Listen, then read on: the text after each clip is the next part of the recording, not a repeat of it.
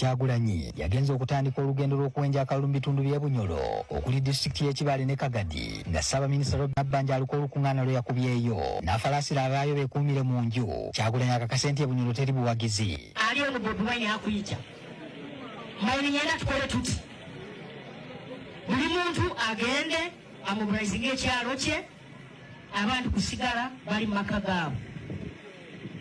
Tulyamu abalungu bantu bateekaane ayije nembuyagaza akole ki.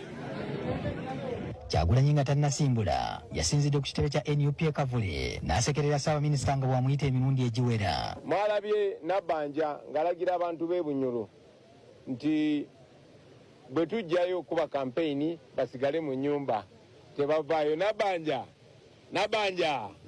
owulira bulungi, tujja Bunyoro kati katulabe bwe kitandingawo tuwama abaana ba Bunyoro kabalegalega kati tuli mu kkubo ne tuyijja abaana b'e Bunyoro. Naffe amaaso twagenze tugakanudde nga twetegereza obanga abaayo baneesibira mu nju. Mu lugendo Koolaasi yamuviiriddeko mu katawuni k'e Bukwiri n'aviirayo ku nkulungo y'e Nalweyo n'ayolekera eridde e Kakumiro. Mu kkubo ery'ebbali emmotoka ezimu ziwagamidde olw'ekkubo ebbi nga zirina kusindikibwa.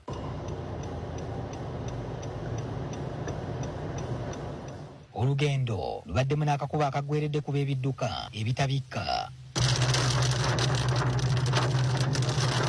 Oluggusa e Kibale asoose kuggulawo ofiisi za kibiina n'alyoka ayolekerawo okukuba olukuŋŋaana. Kyokka n'eno poliisi eriko amakubo g'ebadde ezibye ng'erina lye yalambisemu abaayita n'abawagizi be.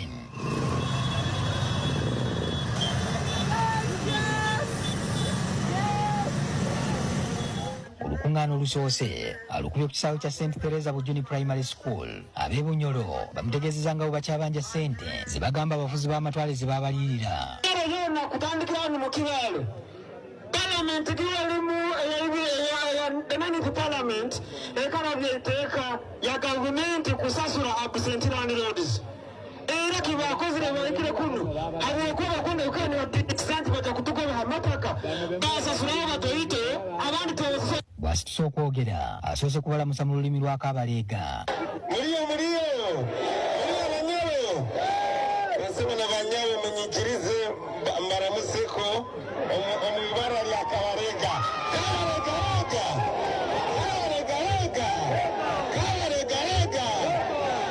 mwebale muno kwija amabara gange nemugamanya kandi empako yange nemugimajja arari naki.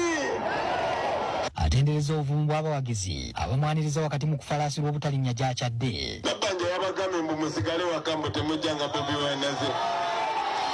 Mugambe Nabbanja mugambe ale kakati maliriza nga mbasaba mikwano gyange bwe mumala okulonda temuvaawo mubeere mwezo tawuni kubanga mu Uganda yonna bagenda kubeera mwezo tawuni. Abategeezezza nti Bunyoro yandibadde zaabu wa Uganda naye ebiriyo bikaabya lwa bukulembeze bw'ayagala okukyusa. Wano Bunyoro eno yandibadde Dubai ya Uganda. Eno bagiyita Oil City. Uwema bagiyita Oil City ne city zeno zonna bandibadde baziyita Oil City. But that is just a name. Erlinnya lyokka. Look at the poverty. Tuyise eyo yonna nenje tugenda okuyita. Mulabye enguudo zammwe bwe zifaanana. Mulabye amalwaliro gammwe bwe gafaanana. Mulabye amasomero gammwe bwe gafaanana. Bingi nnyo ebizibu bingi bye twandyogeddeko naye ebyo singa waliwo obukulembeze obulungi. Only the oil ali wano asobola okusolvinga ebizibu byonna.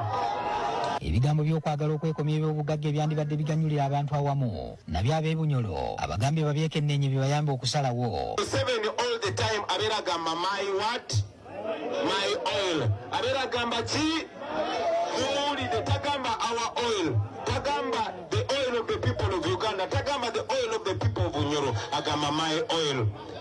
Njagala okubabuulira mikwano gyange until paka nga tugobye Museveni obugagga bwammwe ne bufuko bwammwe awo musobola okubaako ne kyemwogera.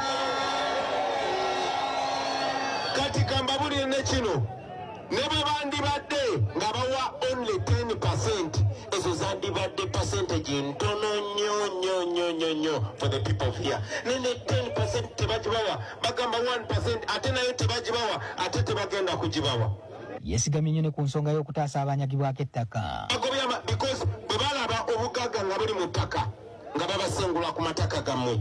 Over time, family ya Museveni owning ettaka wano mu Bunyoro in tens of miles, ofuna otya mayiro 10 ez'ettaka kubanga olina relative wa Museveni. Ebyo bigenda kuggwawo wane Bunyoro. Njagala bagamba omuntu yenna gwe bagoba ku ttaka lye, omuntu yenna nga bakugoba ku ttaka lyo, njagala just evidence nti ttaka lyo ate ng'omanyi we liri, ebirala bikwasaani. Nina abategeezezza ebifo mu gavumenti ebiweebwa abantu abava mu bitundu byabwe gavumenti ekikozesa kubabikka maaso. Ne bafunayo ani gwe bamanyi, ne bagenda ne Buganda ne bafunayo gwe bamanyi, ne bagenda Bunyoro ne bafunayo gwe bamanyi, ne bagenda up north ne bafunayo gwe bamanyi, ne bakozesa abo okubba n'okubrainwashinga abantu baabwe. Bakugamba nti bakwade minisita wa finance Matia Kasaija, naye abantu b'e Bunyoro bakula bwetunulira obwavu buli wano. Minister of Finance abayambe ki? Oyo naye enabula, naye mulabe wamwenga dictator. So bwe muba mugoba dictator ne Matia Kasaija.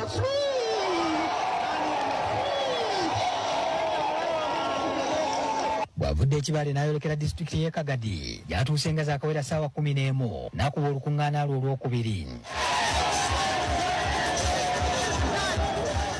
Akalulu kangi tebasobola kabba. Banange njagala mubeere ne confidence eyo, muveeyo mulonde. Twabagambye protest vote tugamba kanoonye, kalonde, kakuume, bwakabba. Eno ye 1962 yaffe. This is our 1962. Mbadde ntambula all over the country. I have been to Busoga, I have been to Bukedi, I've been to Teso, I've been to Samia, now we are in Bunyoro, we've been to Buganda, tubadde ku bitundu byonna byonna mu Uganda, naye ng'ebizibu bye bimu. We have the same problems and we can have the same solutions. Kyagulanyi alabudde ab'e Bunyoro nti omulundi guno oba oliawo guyinza okuba nga gwe gusembyeyo abantu aba bulijjo okwesalirawo eri omukulembeze agenda okubatwala mu maaso. I'm saying it again, njagala mu quoting it. Singa tetukola kye tulina kukola, this might be the last time that you're voting for president. Kuba Museveni akaddiye tasobola na kutambula kumala kuva wali paka wano. Amanyi Museveni amanyi talina chance. Abantu ababonyabonyeza, abantu tebalabanga ku president mulala, abantu baagala kufuna chance balonde omukulembeze, naye Museveni ababonyabonya. Kakati sawa zino ayagala kujjawo okulonda ba MP baberenga be balonda president. Ba MP nga bawa sente ne bamulondera president gwe baagala. Tulina omukisa. This is our chance. Kyagulanyi olunaku lw'enkya asuubirwa okutalaga disitulikiti y'e Kakumiro ne Kikuube ng'anoonya obululu mu bitundu by'eno. Patrick Ssenyondo, NTV.